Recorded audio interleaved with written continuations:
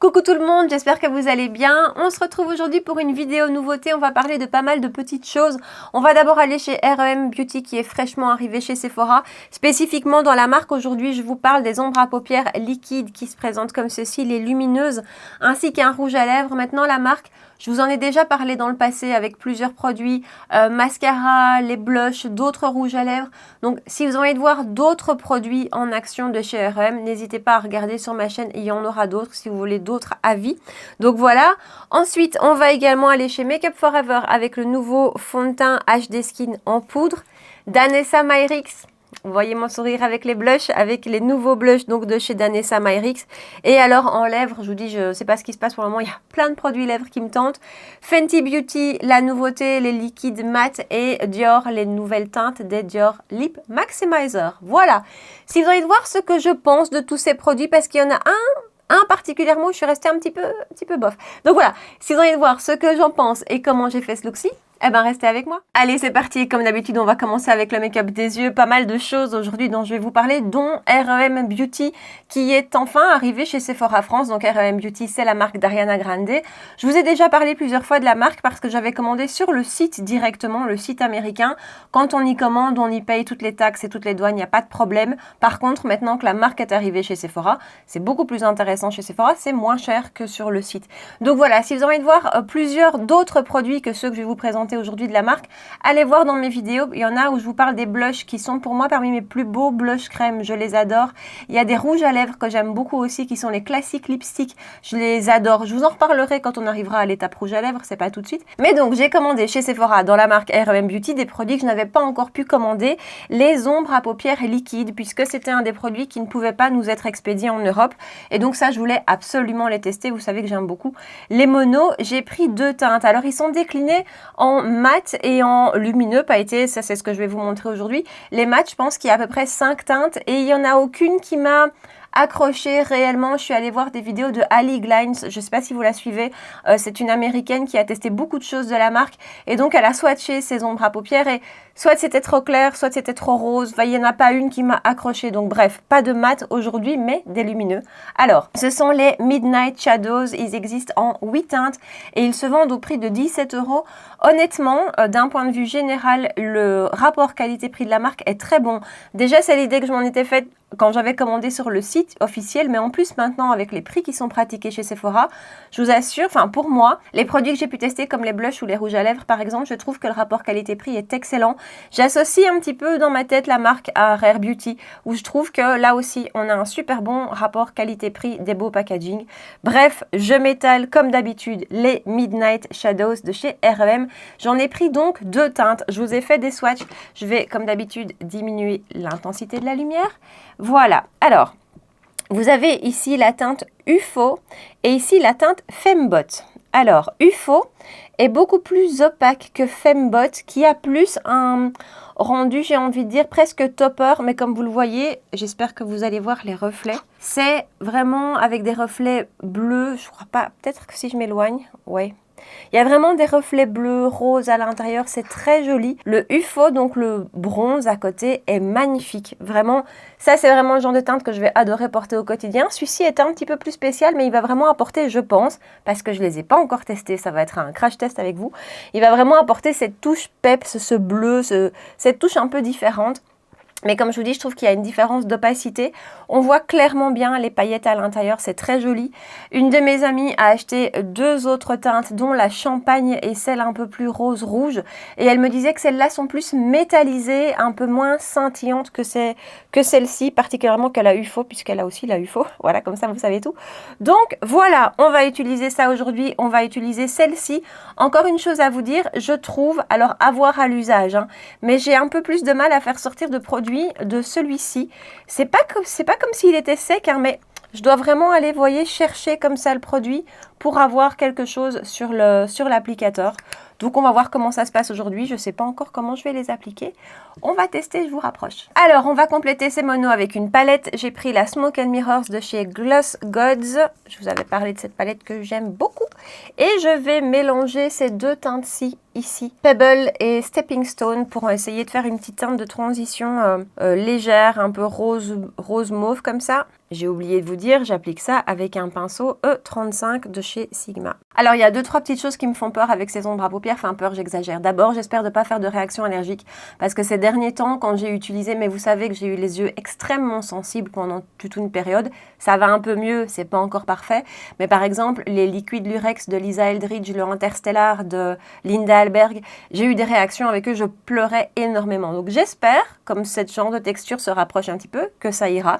Si c'est pas le cas, si je fais une réaction, je vous le dirai en bas dans la barre d'infos où je vous ferai un petit commentaire épinglé au cas où.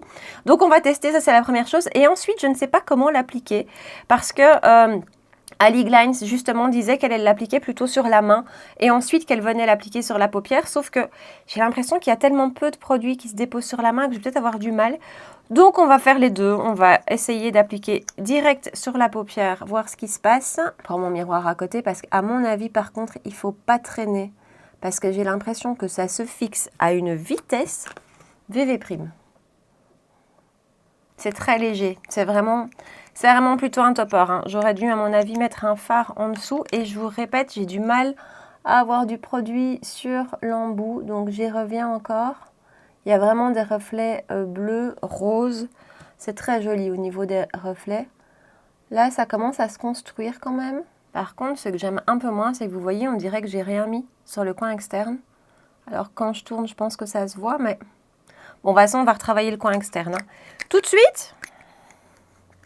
Vous voyez ce que ça veut dire? Bon, je vais essayer la technique d'Ali Glines. Donc j'en mets sur ma main, mais comme je vous dis, et c'est vraiment propre à cette teinte-ci parce que l'autre, j'ai l'impression de moins devoir aller chercher le produit. Et je vais du coup prendre sur ma main.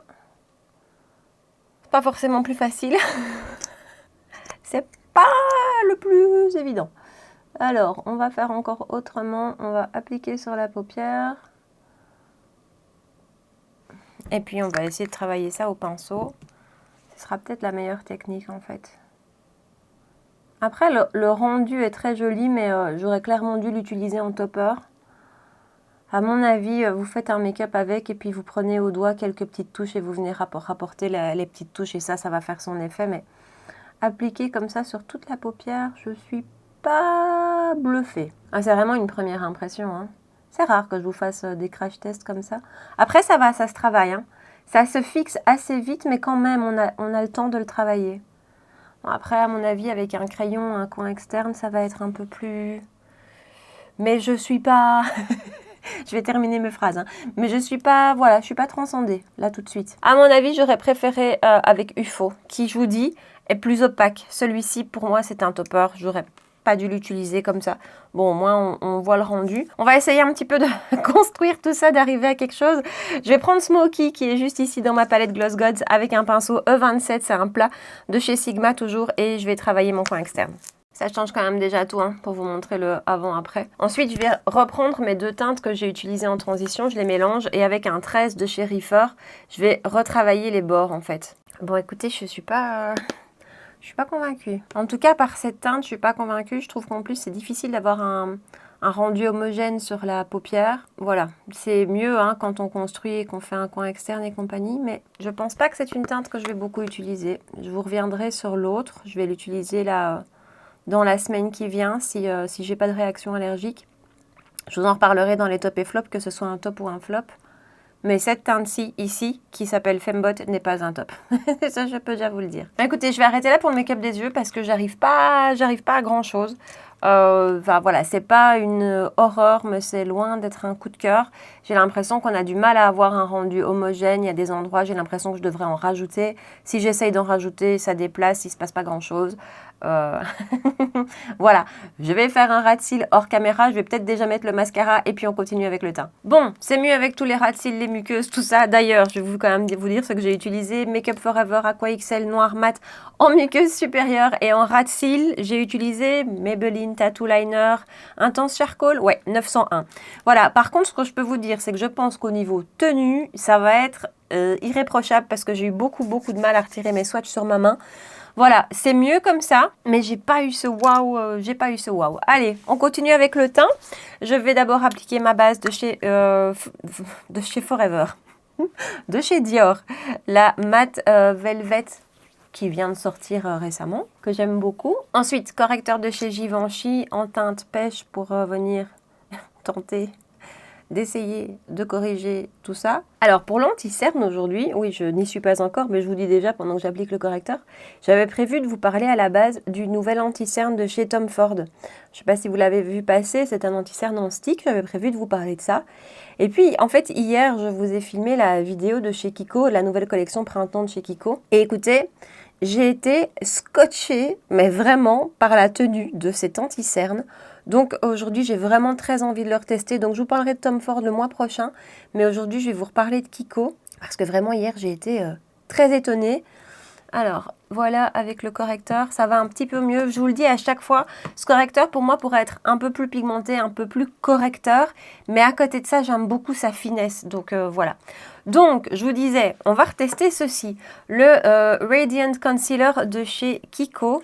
Et parce que vraiment, alors, vous savez qu'à l'application, je trouve qu'il est beaucoup trop clair. Voilà, mais en même temps, je pense qu'il oxyde. On va faire un œil à la fois parce qu'il se fixe assez vite. Je pense qu'il oxyde un petit peu parce qu'honnêtement, sur la journée, après, même quand j'ai eu fini mon make-up, je trouvais que ça allait, que c'était pas si catastrophique que ça. Et surtout, je ne l'ai pas poudré, cet anti-cerne hier. Et j'étais, mais scotchée parce que honnêtement, ça ne m'arrive jamais de ne pas poudrer un anti-cerne parce que systématiquement, ça file. Mais hier soir, en fin de journée, j'étais bluffée par la tenue, quoi. Ça n'avait pas bougé.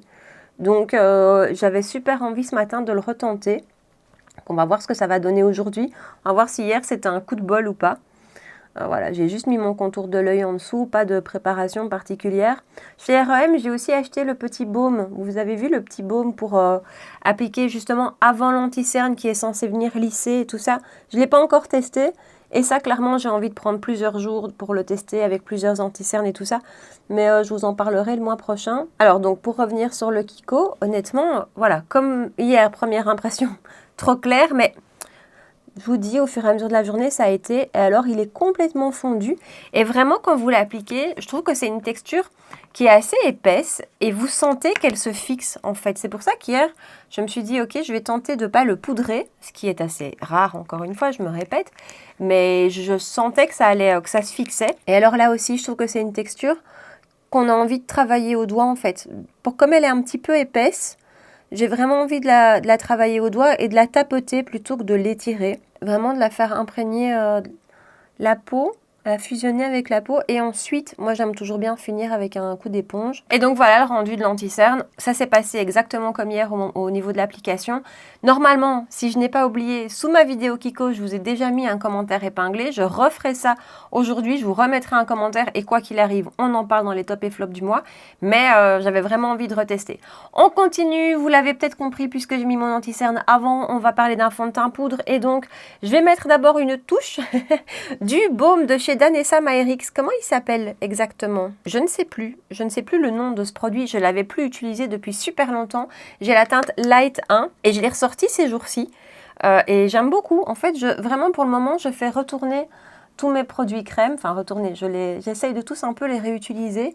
Et je refais des belles découvertes, comme celui-ci par exemple, qui se font hyper bien, qui a une belle pigmentation et qui a une excellente tenue.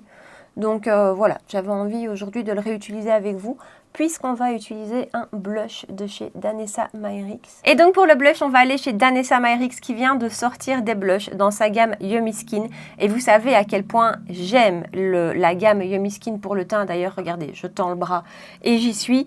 Voilà, j'ai la version teintée, j'ai la version translucide. Ce sont des sauveurs pour moi, pour ma peau grasse. C'est vraiment une gamme que j'aime énormément. Et donc, elle vient de sortir les Balm Powder Flushed qui se présentent comme ceci, qui existent en 6 teintes. Alors, j'ai beaucoup beaucoup de chance. C'est le site Monochrome Beauty qui m'a envoyé une teinte, qui m'a envoyé la teinte Rose and Brunch, qui est celle qui me faisait le plus envie. Donc merci Charlotte et merci Céline vraiment d'avoir pensé à moi parce que voilà, je mourrais d'envie de les tester. Vous connaissez mon amour pour les blushs, vous connaissez mon amour pour le Yummy Skin, donc il fallait que je les teste. Alors, Rose and Brunch. Comme le Yummy Skin Balm pour le teint, quand on le swatch, quand on passe son doigt à travers, ça a une texture un peu grasse.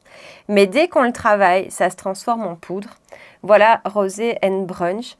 La tenue est incroyable, la pigmentation est incroyable. Enfin, voilà, c'est un produit que j'aime beaucoup. J'ai oublié de vous parler du prix. 29 € sur le site de Monochrome Beauty et il existe en 6 teintes et donc ici c'est Rose and Brunch. Honnêtement, il y a plein d'autres teintes qui me font envie. Enfin voilà, j'aime beaucoup le packaging et la voilà de plus près. Donc je vais l'appliquer avec un pinceau EcoTools, c'est le Precision Blush. Je vais vraiment en prendre, je vous assure, je tapote 2 fois parce que c'est hyper pigmenté. Je retire un peu l'excédent sur ma main, je préfère y retourner que d'en mettre trop en une fois. Et on va l'appliquer, donc vous l'aurez compris, on va mettre un fond de teint poudre par-dessus, mais on viendra le retravailler ensuite. Donc ici tout de suite, ça ne m'inquiète pas si c'est trop présent, si c'est trop pigmenté, parce que le fond de teint va l'atténuer de toute façon. Mais comme ça, au moins en plus, vous voyez le rendu sur une peau nue, peau nue vraiment sans fond de teint. Il est, voilà, c'est très... Oups. Voilà, j'ai pas tapoté l'excédent sur ma main. C'est ultra bien pigmenté. Ça se travaille très très bien. Donc même si ça se fixe et ça se transforme en poudre, comme je vous le disais, on a tout à fait le temps de le travailler. Et c'est complètement fondu, c'est complètement imperceptible. Comme je vous disais avec les Charlotte Tilbury, on voit encore la peau qui passe à travers.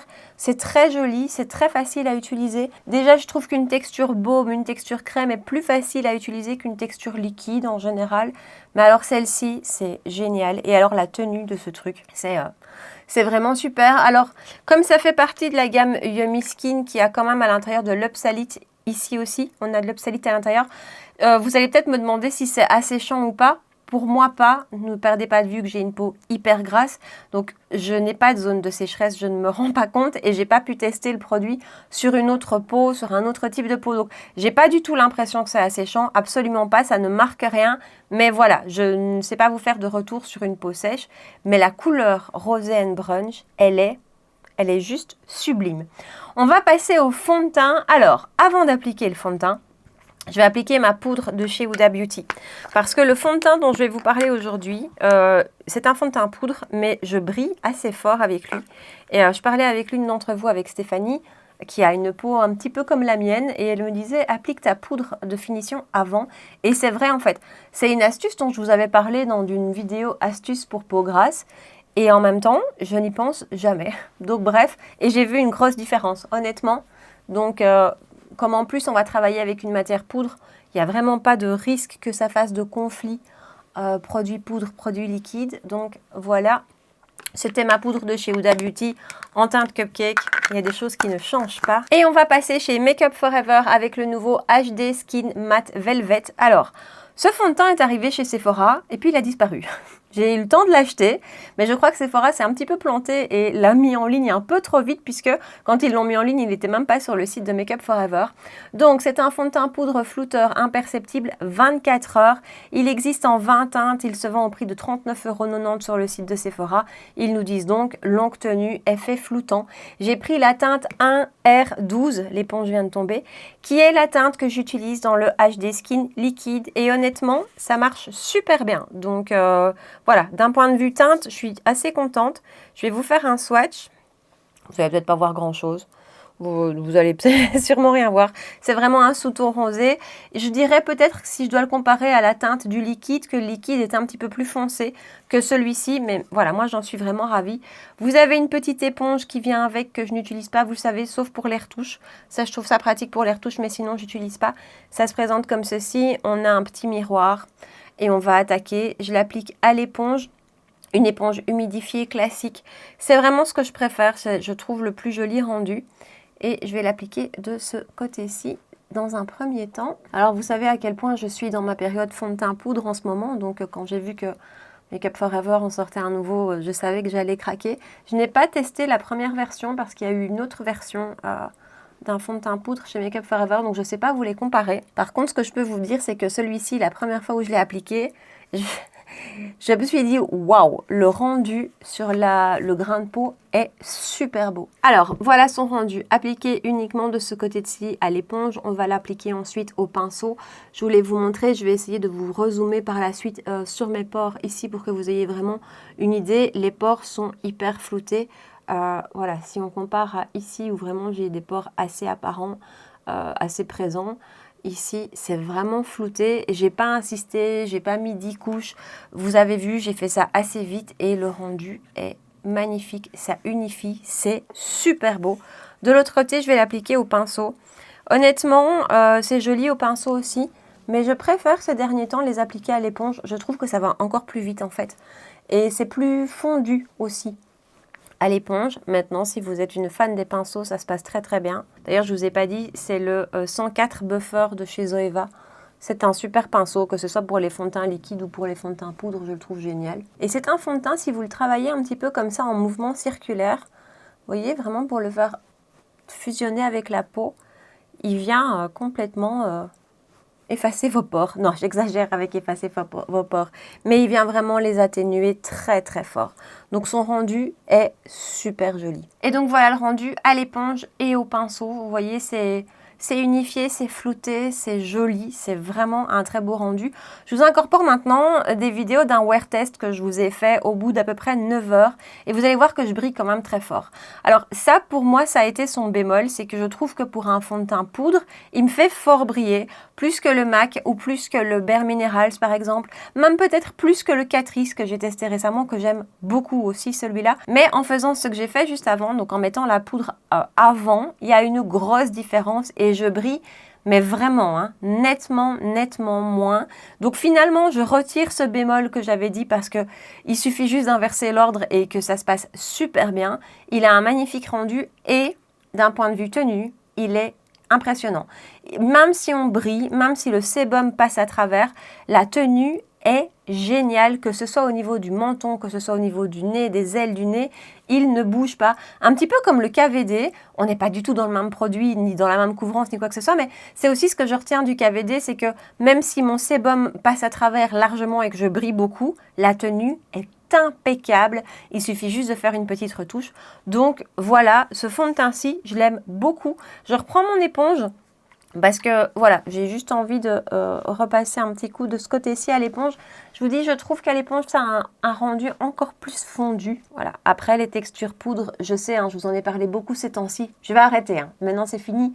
On va repasser à des fonds de teint liquides que j'ai achetés, qu'on doit tester ensemble. Je sais que ça ne plaît pas à beaucoup de monde et qu'il y a beaucoup de monde qui me dit « Oui, c'est pas pour moi j'aime pas ». Je comprends, hein, c'est vrai que c'est plus adapté à une peau normale à grasse, mais voilà, moi c'est un rendu velouté que je trouve magnifique, ça a une tenue, enfin une tenue pas toujours, celui-ci, ça a un beau rendu sur les pores et puis d'un point de vue matité, c'est génial quoi. Allez, je vais finir le make-up des yeux, je reprends ma palette et je vais reprendre mon mix de 2 couleurs que j'ai utilisé en transition. Je vais faire à mon avis comme d'habitude, de toute façon, super simple et avec un pinceau Morphe et Jaclyn Hill JH39 tout le long du ras de cils. Même palette, même pinceau smoky qu'on a utilisé en coin externe, qu'on utilise en coin externe. Et ensuite en ras de cils, je vais rajouter une petite touche d'un crayon duo de chez Kiko d'une collection édition limitée, je sais même plus le nom. C'était la Holiday James, donc c'est un Noël d'il y a 2 ans je pense, avec un côté un petit peu prune. Et j'applique ça le long du ras de cils. Et voilà pour les yeux, et j'ai également appliqué le côté lumineux un peu rosé en muqueuse chez Payer. Je mets du mascara et on continue. Et voilà, j'en ai profité pour poudrer mon teint avec ma poudre Cupcake de chez Huda Beauty. J'ai mis du mascara, j'ai d'abord mis la base de chez Maybelline que j'aime de plus en plus, et par-dessus le Allure de chez Chanel. Je vous fais une toute petite parenthèse mascara. Tout à l'heure, je parlais de Céline. Céline, c'est une de mes abonnées qui a une page Instagram qui est bien sûr fan de make-up aussi, qui partage beaucoup de choses, des looks. Elle fait des super beaux looks et elle partage aussi des astuces. Et elle a partagé récemment dans un réel, j'espère que je vais bien le retrouver et qui sera épinglé, un réel dans lequel elle partage une astuce pour appliquer le mascara. Je viens de le faire, enfin ça fait plusieurs jours que je le fais et je trouve ça génial. L'idée, rapidement, je ne vais pas le faire avec vous, mais je vais vous renvoyer, je vais vous mettre dans la barre d'infos le lien vers son réel. Je vous dis, j'espère que je vais le retrouver. L'idée, c'est d'abord de recourber les cils d'une certaine manière, donc vraiment par étapes. Et ensuite, entre chaque étape de mascara, venir passer une petite brosse comme ça qui va séparer les cils et appliquer le mascara en zigzag. Et enfin bref, en tout cas, je fais ça depuis plusieurs jours. Je trouve le rendu magnifique avec une courbure qui tient. J'ai essayé avec plein de mascaras, j'aime beaucoup. Donc voilà, je vous renvoie juste ici en bas au réel de Céline. Et donc, on va passer au bronzer. Attendez, voilà, il est déjà devant moi. Je vais réutiliser celui de chez Kiko parce que j'ai envie de le réutiliser. Donc, c'est la nouvelle collection Beauty Essentials. Pinceau de chez Kiko aussi. Une teinte qui peut paraître, comme je vous l'avais dit, effrayante entre guillemets dans le pan. Et puis finalement, ça s'est avéré tout à fait correct. Et j'ai pas eu de soucis avec. Donc, voilà, oh, ça sent bon. Regardez la teinte. Il est magnifique. Il est magnifique. Voilà, ça reste une force chez Kiko, les bronzers. Et c'est vrai que quand j'ai vu la teinte de celui-ci, je me suis demandé quand même si ça allait aller. Et finalement, comme je vous disais, le fait qu'il ne soit pas trop pigmenté fait qu'il n'y a pas de souci et que je trouve cette teinte sublime. Bon, je ne vais pas vous refaire la revue sur le produit.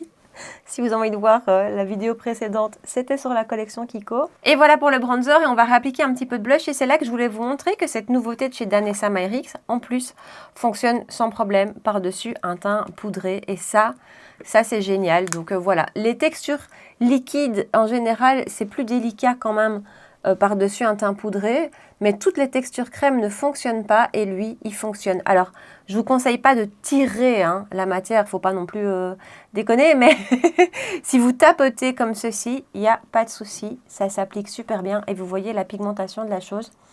Je vous dis juste avant que je retire l'excédent sur ma main et puis je le fais pas.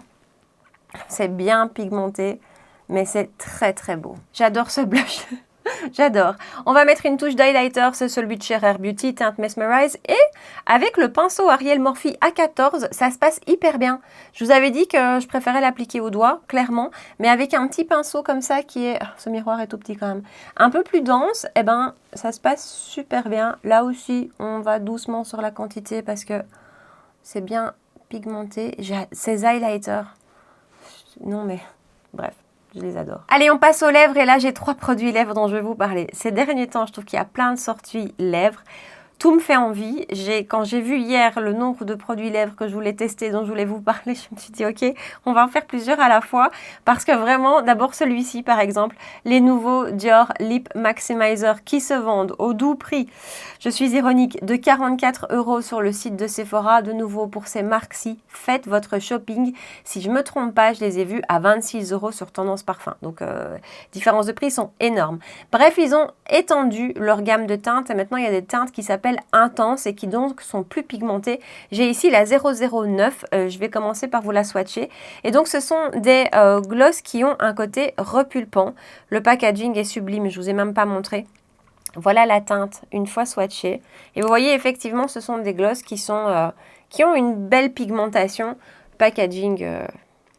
c'est beau, c'est Dior, c'est magnifique. Alors, je vais l'appliquer et juste après, je vous donne mon avis. Et voilà son rendu. Du point de vue repulpant, un petit peu mentholé, c'est franchement tout à fait supportable. C'est même très agréable. Voilà, est-ce que je vois réellement le côté repulpant? Non. C'est un produit que je trouve très beau. J'aime beaucoup la teinte.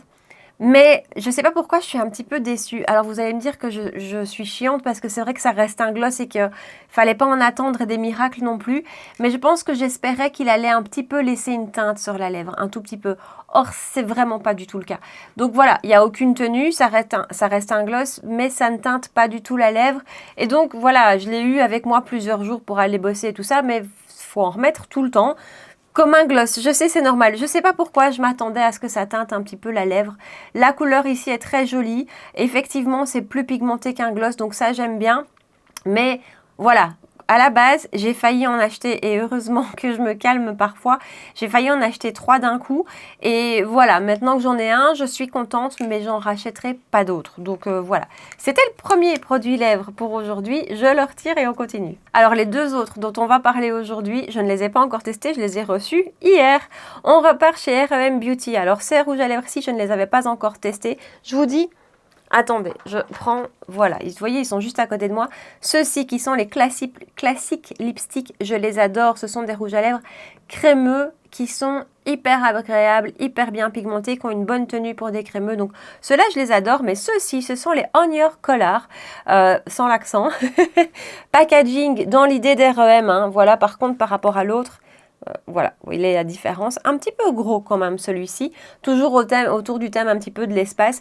Il existe en 6 teintes, il se vend au prix de 19 € et ça je trouve ça vraiment pas cher. Alors l'histoire de ce rouge à lèvres, je vous dis, je l'ai reçu hier. D'abord, complètement, le raisin était complètement sorti de son packaging, donc il se baladait dans le capuchon. J'ai réussi à le remettre. Il est néanmoins fort abîmé, je ne sais pas si vous voyez, voilà. J'avais choisi la teinte Bubbly. On m'a envoyé la teinte, j'ai oublié, Drive and Movie, pardon, voilà. Bon, c'est une jolie teinte aussi, mais c'est pas celle que j'avais choisie. Donc voilà, Drive and Movie. Je vais l'appliquer avec vous. J'ai contacté Sephora qui m'a fait le remboursement pour ce produit-ci. Maintenant, ils ne pouvaient pas m'envoyer un nouveau produit parce qu'apparemment, quand on paye par PayPal, ils font qu'un remboursement.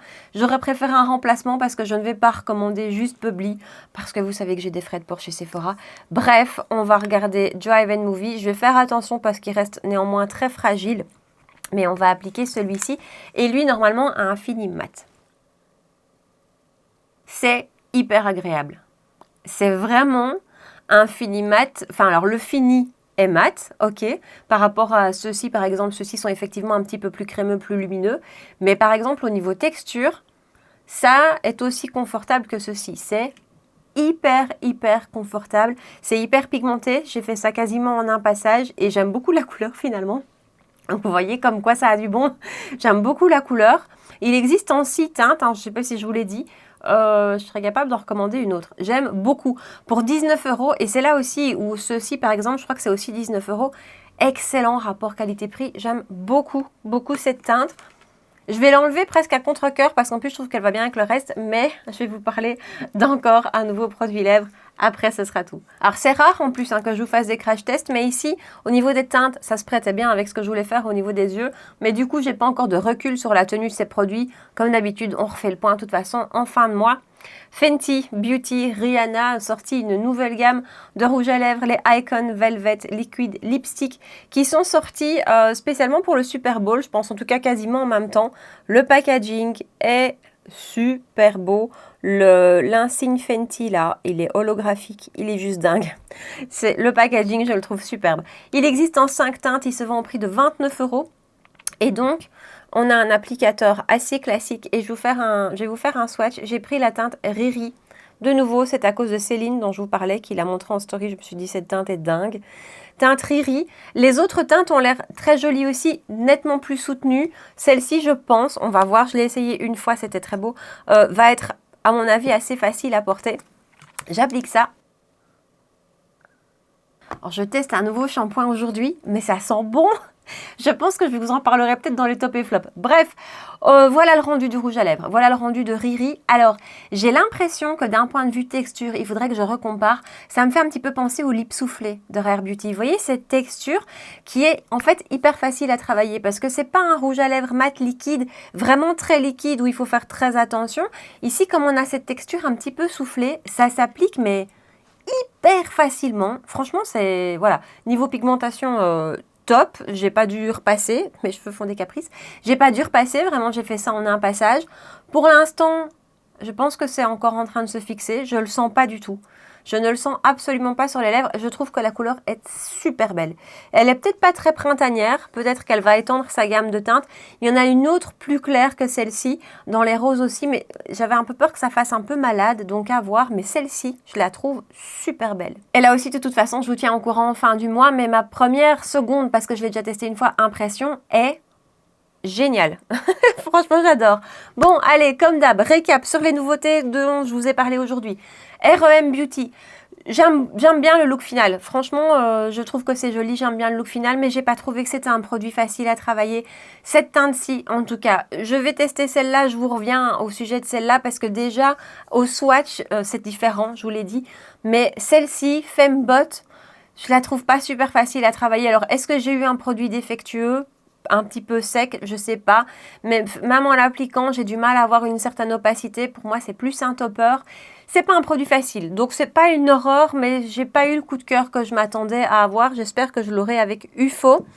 Le Yummy Skin Blush, c'est pas tout à fait ça son nom, de chez Danessa Myrix, c'est un grand oui. C'est la saison des blushs, je suis ravie parce que j'adore ça et il est magnifique. La tenue est impressionnante, la pigmentation est super belle et ça se passe nickel par-dessus un teint poudré. Et ça pour moi c'est une grosse force parce que souvent j'oublie, hein, je poudre et puis je me dis oh zut, j'avais un produit liquide à mettre et donc voilà. Ici, pas de souci, comme je vous dis, tenue, pigmentation, teinte. Bellini me fait très envie, donc je serais capable de craquer. Mais donc ça, c'est un grand oui. Qu'est-ce que... Bah oui, le fond de teint Make Up Forever. Là aussi, un grand oui. Super beau, rendu sur la peau. Vraiment, les pores sont vraiment floutés. Et alors, gros point fort pour moi de ce fond de teint, c'est la tenue. La tenue est impeccable. Niveau couvrance, je trouve que pour un fond de teint, ça j'ai oublié de vous le dire, pour un fond de teint poudre, c'est franchement pas mal. C'est un rendu très naturel. Je trouve que les fonds de teint poudre en général ont un rendu naturel, peut-être particulièrement sur les peaux mixtes à grasse parce que le sébum vient se mélanger. Et voilà, moi c'est vraiment une texture que j'aime beaucoup, mais c'est un grand oui. Par rapport à tous ceux que dont j'ai pu vous parler récemment, le MAC, le Bare Minerals, le Catrice, je vous parle pas du Maybelline parce que lui je l'aime pas, ces trois-là, que j'aime beaucoup et qui sont finalement toujours à côté de moi. Et lui, d'un point de vue tenue, pour moi, celui-ci est le meilleur. Voilà. D'un point de vue du rendu sur le grain de peau, honnêtement, ils se tiennent. Je peux pas vous mentir, je trouve qu'en général, les fonds de teint poudre ont vraiment un beau rendu sur les pores. Celui-ci, comme le Bare Minerals, sont peut-être légèrement plus floutants, mais on chipote. Mais par contre, d'un point de vue tenue, il n'y a pas mieux. Il me fait briller aussi, vous l'avez vu. C'est pas celui qui contrôle le mieux mon sébum, mais... en appliquant la poudre de finition avant, tout est réglé. Donc c'est un grand oui. J'ai l'impression de nouveau que j'ai parlé pendant 10 minutes à son sujet. Et plein de produits lèvres. Alors, le gloss de chez Dior, c'est un beau produit. Voilà. Si vous avez envie de l'acheter, pour moi, c'est pour la beauté du packaging, la beauté du produit. Parce qu'on aime les belles choses. Ça reste un beau produit aussi, un beau gloss pigmenté qui a cet effet un petit peu repulpant. Voilà. Est-ce que ça vaut 44 €? Non, pas pour moi. Au niveau des rouges à lèvres de chez R&M, là par contre, je trouve qu'au niveau rapport qualité-prix, ça les vaut largement. Ils sont pas chers et ils ont une qualité qui est équivalente à des marques de luxe, équivalent à des Dior ou ce genre de choses. Et là, je vous parle de ceux-ci que je connais particulièrement, que j'utilise beaucoup, que j'adore. Ils sont super. Et ma première impression ici est très très bonne. À voir, je continue de l'utiliser, je vous en reparlerai en fin de mois. Mais un grand oui, première impression. Et alors ça, écoutez, là ça fait quoi? Quelques minutes que je l'ai appliqué à mon avis. Ah mais je suis bête. Ok, ça transfère un petit peu. Est-ce qu'il n'est pas encore tout à fait sec? C'est possible, mais ça transfère quand même un petit peu. Après, imperceptible sur les lèvres. J'attends les nouveautés de chez MAC. Je suis super curieuse. J'espère qu'ils ne seront pas asséchants, pardon. Mais ça, voilà, je suis très curieuse. Mais celui-ci et la teinte de celui-ci est sublime. Je pense que c'est tout. J'ai l'impression que j'ai beaucoup parlé aujourd'hui.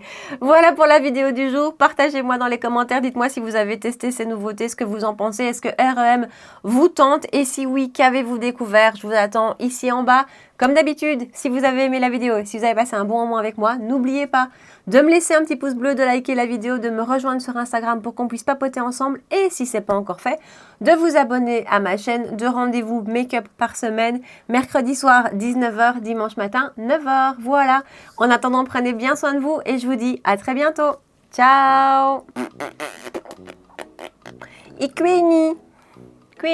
What ik zal doen. Bien le bonjour. Je devrais commencer mes vidéos comme ça. Bien le bonjour. Fatiguée la Charlotte ce matin. Fatiguée. Fatiguée et du coup fatigante. You don't know me. Correcteur de chez Givenchy que je vais appliquer si j'avais un pinceau. Ce serait bien aussi hein, quand même.